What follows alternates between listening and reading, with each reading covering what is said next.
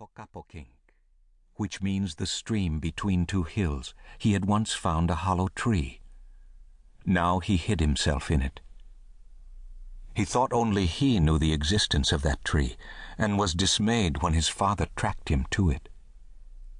It was humiliating to be taken back with his blackened face and tied up in his father's cabin like some prisoner to be burned at the stake. When his father led him out next morning, he knew everybody watched.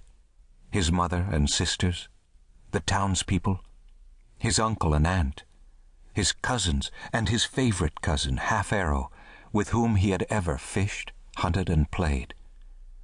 Seldom had they been separated even for a single day. All morning on the path with his father, crazy thoughts ran like squirrels in the boy's head. Never before had he known his father to be in the wrong. Could it be that he was in the right now?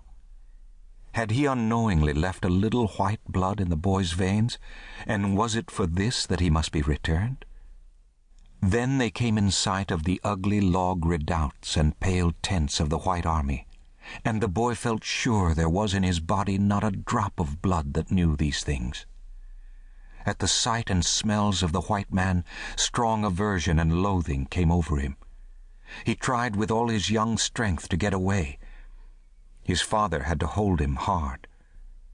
In the end, he dragged him, twisting and yelling, over the ground to the council house of the whites, and threw him on the leaves that had been spread around.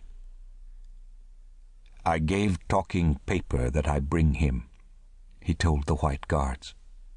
"Now he belonged to you." It was all over then, the boy knew. He was as good as dead and lay among the other captives with his face down. He was sure that his father had stayed.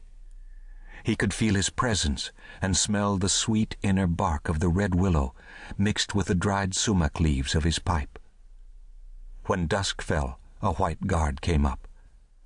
The other soldiers called him Del, perhaps because he could talk Delaware, the strange name the whites gave the Lenni Lenape in their languages. True Son heard Del tell his father that all Indians must be out of the camp by nightfall. From the sounds, the boy guessed his father was knocking out his pipe and putting it away. Then he knew he had risen and was standing over him. "Now go like an Indian, True Son," he said in a low, stern voice. "Give me no more shame." He left almost at once, and the boy heard his footsteps in the leaves. The rustling sound grew farther and farther away.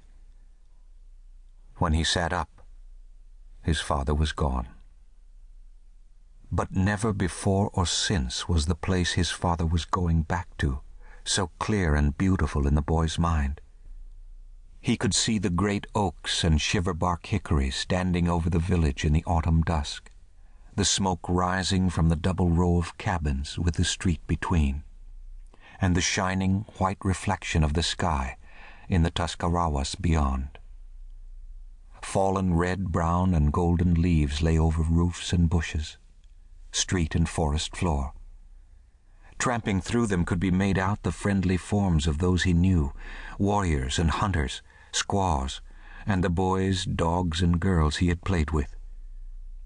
Through the open door of his father's cabin shone the warm red fire, with his mother and sisters over it, for this was the beginning of the month of the first snow, November. Near the fire, heavy bark had been strewn on the ground, and on it lay his familiar bed and the old, worn, half-grown bearskin he pulled over himself at night. Homesickness overwhelmed him, and he sat there and wept. After a while he was conscious of eyes upon him. When he looked up, he saw the white guard they called Del standing there in the dusk that to the Indian is part of the day and part of the night. The white soldier was about 20 years old, with red hair and a hunting shirt of some coarse brownish cloth. The bosom stuck out like a pouch from his belongings carried in it. His belt was tied in the back, and his cape fringed with threads that in the daylight were raveled scarlet.